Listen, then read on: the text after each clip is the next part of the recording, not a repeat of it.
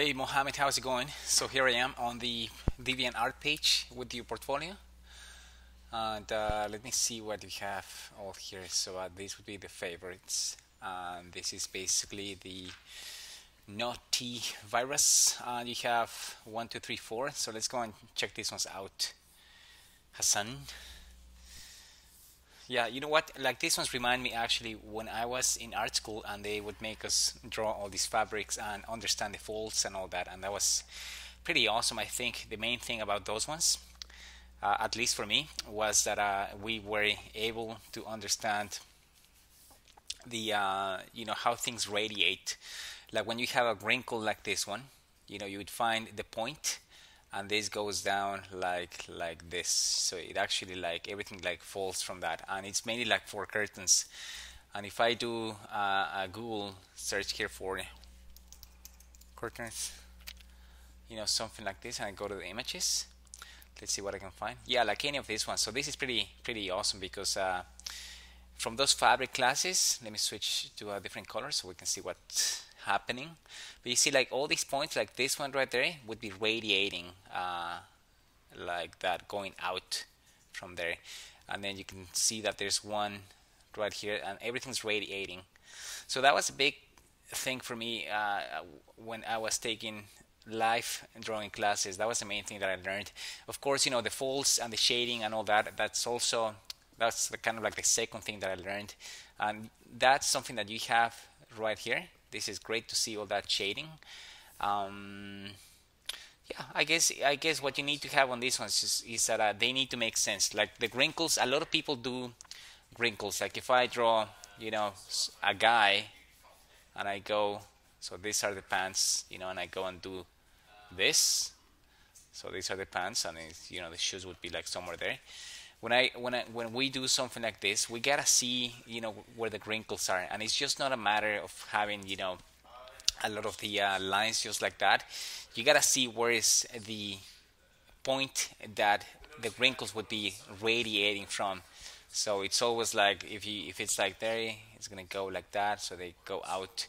So when you have this, you're gonna see that the point would be somewhere here, and then they radiate out. Also like all these ones, they radiate somewhere, and that's a basic understanding. I think in a drawing, it's easier to have like more decent wrinkles. You see like this one, I would just do it like that, and then maybe this one right there, there's another fulcrum, kind of like a fulcrum. I don't know what the name would be there, but it's I like to call that a fulcrum. But maybe this, and then one more wrinkle here, that would be nice.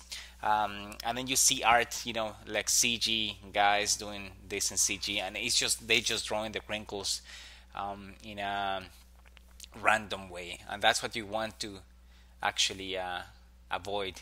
So the wrinkles would be nice. See, like this one seems to be a bit better, like this one. Yeah, so it's not only a matter of observing what you see in this still life, but it's also a matter of seeing that and understanding, okay, wrinkles, the point that these wrinkles would be radiating from, it's important. Yeah, so that's what I got from those classes actually. Let me go back to here, and then yeah, what's this? Oh, nice. So this is more perspective. That's an engine. What is this thing? It's almost like a power plant. Okay, it says miscellaneous. Yeah, this one's pretty awesome. This one's pretty good. It has a better understanding of the 3D space. I think this is something that I see, and immediately I can see that there's vanishing points that you threw right here, so that's great. And let's see. Yeah, all these ones, it actually feels that everything's like in place, so that is great. And even this one's like that piece. Yeah, that seems to be a little bit off, like this one right there.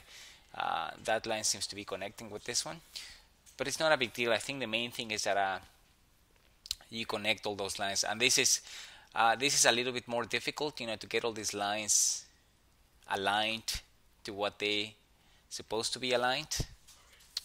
And then I mean the vanishing points. So this is pretty great. This one's pretty cool. Let me go to a different one, because that one pretty good. So this one, let's see. Nice. Yeah, this is more anatomy, and you have more life on this one, which is a human hand, and this is great. We have all these exercises as well. These ones are pretty awesome because you just go like that and see what's going on. What my understanding of hands is, first of all, they're super difficult because they have so many limbs and bones and joints. They have more than the actual body, like we do the legs and the arms, and that's it. So that's like four things. I mean, the hands, they have all these ones, and especially the thumb.